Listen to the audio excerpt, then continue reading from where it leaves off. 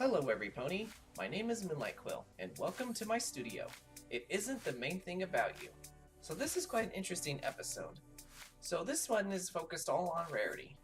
So she's going around Ponyville, helping around ponies with their own problems and sense of fashion in all kinds of ways. At the same time, she's also preparing herself for a special photo shoot with Photo Finish, mainly focusing on her mane and various different styles she can do with it, which is actually pretty nice. And you know, I gotta say, I feel just like Rairity in this one. I can really feel for pretty much everything. So anyways, the episode goes on with just her helping everyone out for a good long time. So later she goes over to Pinky's to go see what's up with her for the day and her own stuff, only to find out that she actually is having a nice big little anniversary party for sneezing. That's kind of strange, but I guess it's adorable. I mean, it's Pinkie Pie and, they're only babies, so I'm pretty sure she's just babysitting, having a good time with them. And I gotta ask, where's their diapers? Just wondering. Nothing too much more than that. So anyways, Birdie wants to go say hi to her, and Pinkie Pie just starts having a little too much fun like always and uses silly string literally everywhere, including all over themselves. So unfortunately for Rairity, her mane is practically ruined at this point. So she goes over to Sakura to try to get a special kind of a shampoo that can help fix her mane. So she's able to make such a thing, and as well as make something for Pinkie Pie to clean up her place. And so, unfortunately, a little bit of a bump happens on the table, the bottles fall, and pretty much at this point you can already tell what's going to happen for the rest of the episode, in which case it does. So, unfortunately, Rairity takes the wrong one, uses it on herself, and, well, you can pretty much assume what happens, and it sure does. She loses pretty much her whole entire mane, almost, and her tail. Wow, okay, this would freak me out as badly as it made her, because like I said, I am the same way when it comes to my mane. I love it so much, and I really love it to the point where I am terrified if something were to happen to it.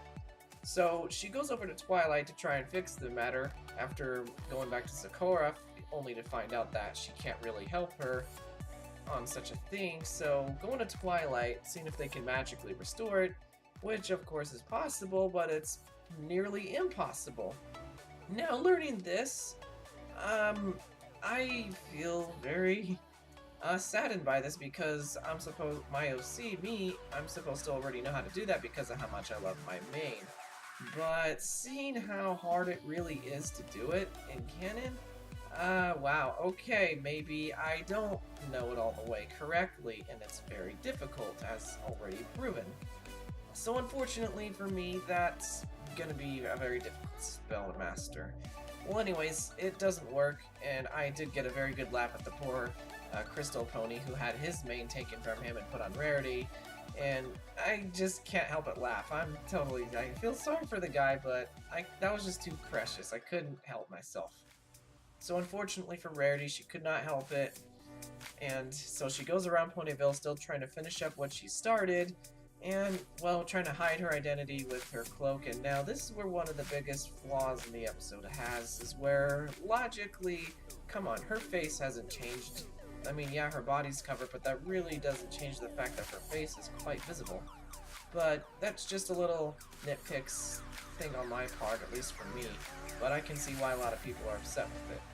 So anyways, the rest of the episode, Rairity just pouts at her home, and Twilight and the others come over to try to help her out with her little situation, help her realize that her mane doesn't define who she is, which is something I have been told before myself, so I totally can relate. But I don't know, I take it a lot harder than she does. Well, I guess as hard, but I'm very stubborn when it comes to my mane.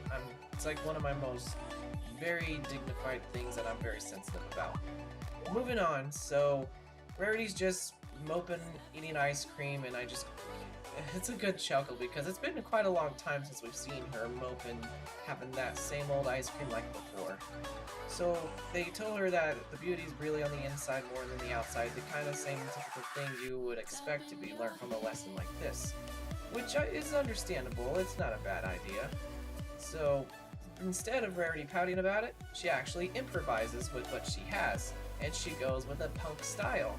Now this is pretty cool. Now, I know a lot of people don't like this design or this idea in general, but come on, look at her situation. I mean, when you're left with no other choice with something when it comes to designing something, you gotta improvise, and you gotta make what's best of it, and pretty much what they said earlier. And it makes a lot of sense too on top of that. So Rarity goes around town doing the same thing she did in the beginning, only doing it a lot better and getting a lot of attention too because of her really sweet style. Seriously, I like that style. She was really awesome. I want to see her on a stage with her and Vinyl Scratch having a huge rock concert. I think that'd be amazing. They totally should do that. So Rarity ends up getting into the photo shoot that she actually wanted to be in, because photo finish was actually hiding the whole time around Ponyville, snapping picture after picture, which does sound kind of creepy, but it really wasn't in the way that a lot of people would be thinking it would be, at least the way it sounds. So she ends up getting into what she wanted to in the first place. It's kind of straight up obvious of a thing. I was kind of expecting it, which is another little bit of a disappointment because it's kind of a thing we've already seen and we were kind of expecting it to happen at that point too anyways. Well, that's the episode. Well, Everpony, that's my little take on this episode. Go ahead and feel free to tell me what you thought of this episode in the comments below. I like to hear what you have to say. For this episode, I give it a rating of 7 out of 10. Pretty strong moral and stuff like that. It wasn't too great, but it wasn't bad. So Everpony, that's all for now. I'm Moonlight Quill, and thank you for joining me today.